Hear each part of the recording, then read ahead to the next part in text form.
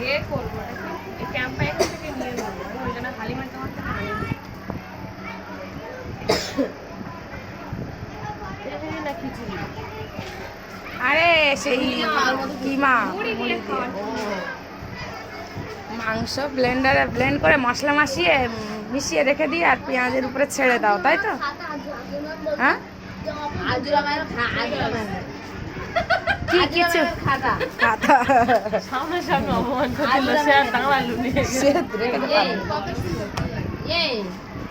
মারুফা ঢালি হ্যাঁ কালি কালকে আসলো কত কালি রে কি সহ্য করতে পারো? কালি এই দেখো হ্যাঁ 30-এ সই করে কালকে তুমি লেটে আসলো মারুফা ঢালি না পরশুদিন